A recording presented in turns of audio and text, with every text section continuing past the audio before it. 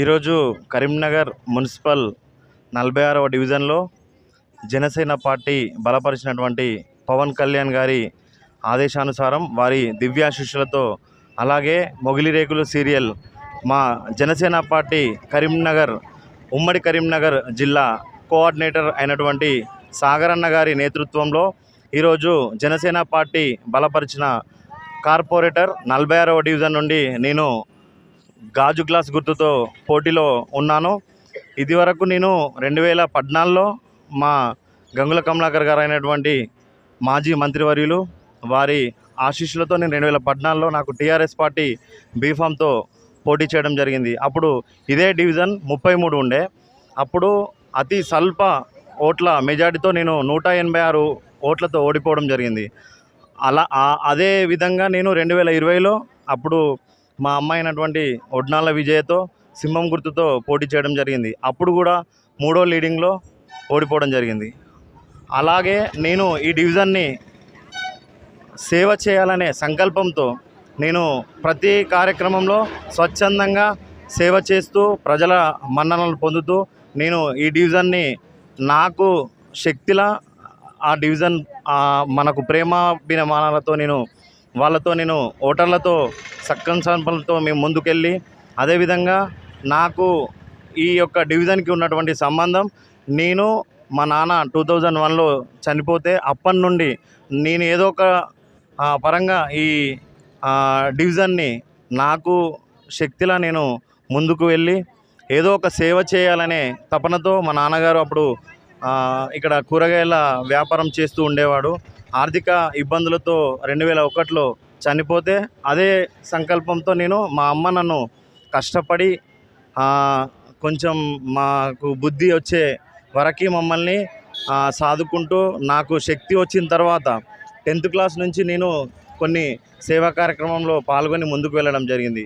అదేవిధంగా నేను ఉద్యమ సమయంలో కూడా తెలంగాణ రాష్ట్ర ఉద్యమంలో చాలా చురుకుగా పాల్గొనడం జరిగింది. అప్పుడు నేను ఆర్ట్స్ కాలేజ్ తర్వాత ఎస్ఆర్ఆర్ డిగ్రీ కాలేజీలో ఆ టైంలో నేను విద్యార్థి ఉద్యమ నేతగా ముందుకెళ్ళి అదేవిధంగా ఆ తర్వాత తదనంతరం నేను 2014లో నాకు అప్పుడు పార్టీ నన్ను నమ్మి టికెట్ ఇస్తే నాకు మా ఓటర్ దేవుళ్ళే 186 ఓట్లతో నన్ను ఓడించడం జరిగింది. అయినా కూడా నా ఓటర్ దేవుళ్ళే నాకు ముఖ్యమంటూ ఈ యొక్క డివిజన్ని నేను విడవకుండా ఇప్పటికీ కష్టపడుతూ వాళ్ళతో ఇష్టంగా నేను ప్రేమాభిమానాలు పొందుతూ ముందుకు వెళ్ళడం జరుగుతుంది. అదేవిధంగా ఇప్పుడు ఈ రానున్న ఈ మున్సిపల్ ఎన్నికల్లో కూడా పోటీ చేయాలనే సంకల్పంతో నేను బీఆర్ఎస్ నుంచి ముందుగా పోటీ చేసి ఒక నామినేషన్ ఫామ్ దాఖలు చేయడం జరిగింది.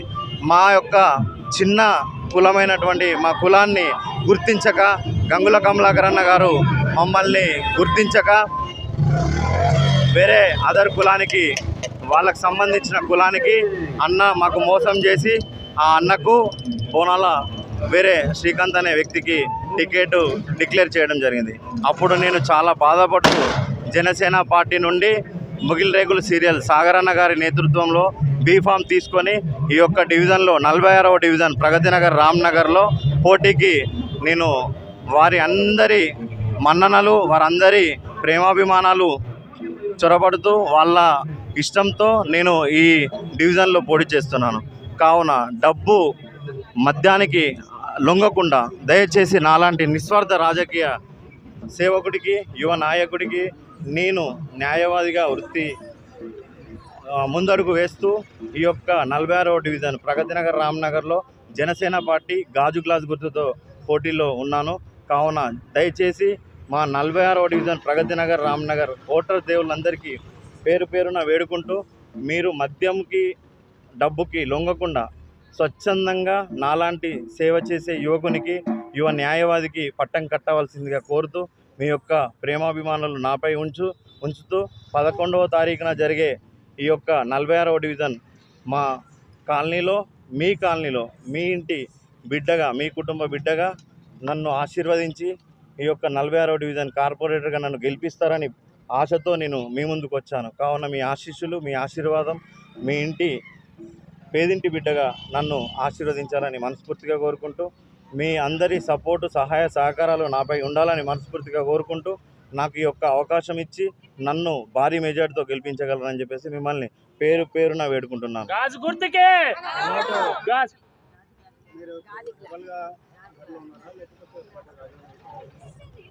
నేను ప్రతి ఒక్క కార్యక్రమంలో చురుకుగా పాల్గొని స్వచ్ఛందంగా ఏ ఒక్క పార్టీ నుంచి మెసేజ్ వచ్చినా నేను ముందుండి ప్రతి కార్యక్రమంలో నేను బీఆర్ఎస్ భారత రాష్ట్ర సమితి పార్టీలో యువకునిగా ప్రతి కార్యక్రమంలో పాల్గొన్నాను.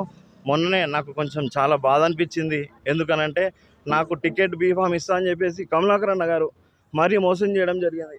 కానీ అయినా కూడా నేను లొంగకుండా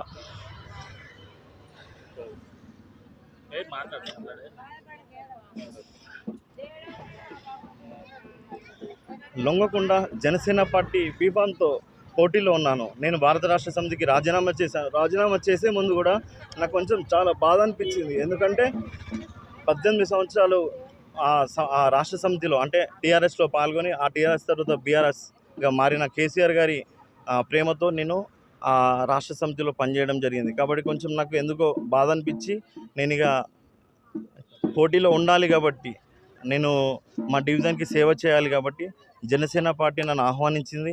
సాగర్ అన్న గారి ఆశీస్సులతో, కొనదెల పవన్ కళ్యాణ్ గారి వారి దివ్య ఆశీస్సులతో నీ యొక్క జనసేన పార్టీ అభ్యర్థిగా పోటీ చేస్తున్నాను. మీ ఆశీర్వాదం ఉండాలి. Thank you. 1 రూపీ తీసుకోకుండా నాకు బీఫామ్ జనసేన పార్టీ నుంచి ఇవ్వడం జరిగింది. మిగతా పార్టీలు ఏవైతే ఉన్నాయో బీఆర్ఎస్ పార్టీ కానీ కాంగ్రెస్ పార్టీ కానీ ఏవైతే మనకు బీజేపీ పార్టీ కానీ వాళ్ళు కుమ్మక్కు రాజకీయాలు చేస్తూ వారి యొక్క ఎవరైతే డబ్బులు ఇస్తారో వాళ్ళకే బీఫామ్స్ కేటాయించడం జరిగింది.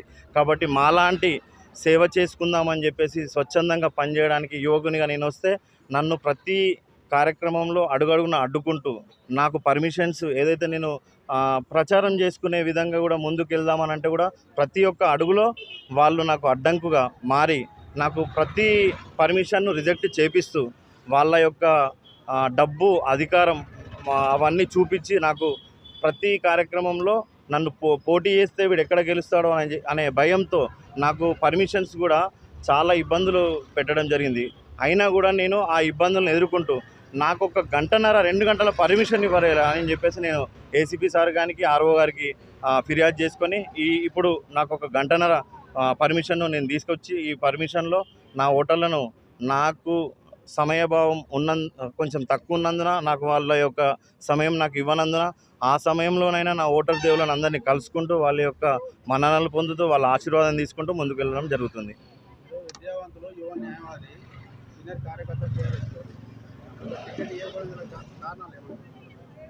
నాకు పద్మశాలి కోటలో వాస్తవానికి 46వ డివిజన్ అంటే గత 33వ డివిజన్లో నాకు కుల సంఘం తరఫున మీకు 4 బీఫామ్స్ ఇస్తామని చెప్పేసినటువంటి గంగుల కమలాకర్ అన్న ఈరోజు కూడా 46వ డివిజన్ నుంచి అదే గంగుల కమలాకర్ అన్న గారు నాకు బీఫామ్ ఇస్తా అని చెప్పి మోసం చేశారు. ఎందుకంటే నామినేషన్ వెయ్యి అని చెప్పేసి అన్నదే వాళ్ళు టౌన్ ప్రెసిడెంట్ కానీ గంగుల కమలాకర్ అన్న మా దైవ సమానులు. వాస్తవానికి వారు చెప్పితేనే వారి ఆశీర్వాదంతోనే నేను నామినేషన్ వేయడం జరిగింది.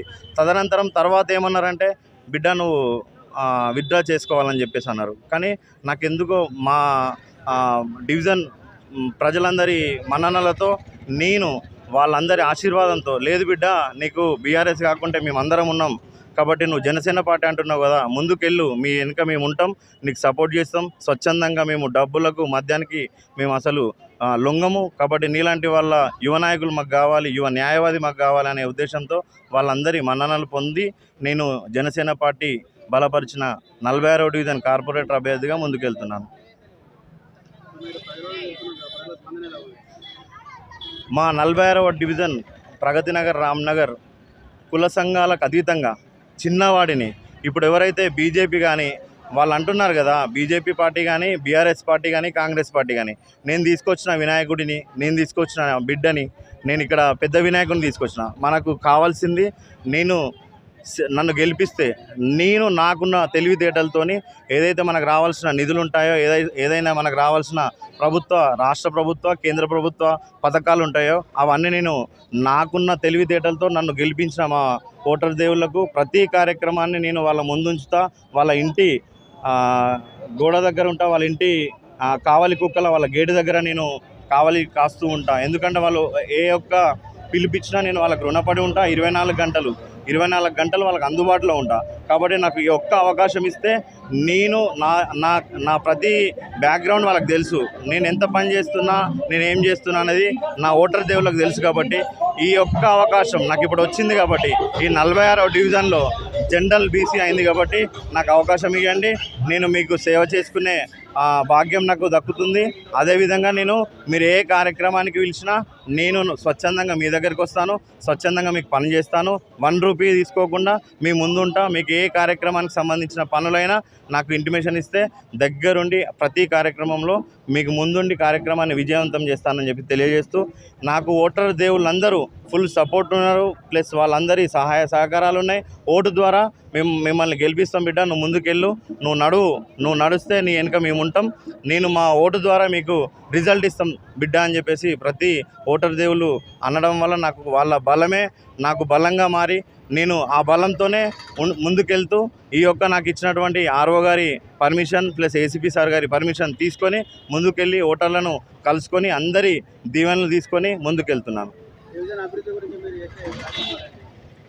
నేను 46వ డివిజన్లో ప్రతి గల్లీలో సీసీ రోడ్లు కానీ, ఎక్కడైతే పెండింగ్లో ఉన్నటువంటి పనులు ఉన్నాయో మన మోర్లు డ్రైనేజీలు కానీ ప్లస్ సీసీ కెమెరాలు కానీ, ప్రతి ఇంటికి స్మార్ట్ సిటీ ఏదైతే మనకు కరీంనగర్లో కేటాయించారో అదే స్మార్ట్ సిటీ 46వ డివిజన్ స్మార్ట్ డివిజన్గా నేను నా వంతు సహాయంగా నేను నా డివిజన్ని ఈ 66 డివిజన్లల్లో నా 46వ డివిజన్ని అభివృద్ధి పదంలో ముందుకు తీసుకెళ్ళి నాకు ఏదైతే అవకాశం వచ్చిందో ఆ అవకాశాన్ని సద్వినియోగం చేస్తూ 1 రూపీ కూడా ఆశపడకుండా నేను నా డివిజన్ని అభివృద్ధి బాటలో నడిపిస్తానని చెప్పేసి ఈ విధంగా నేను ప్రమాణం చేస్తున్నాను.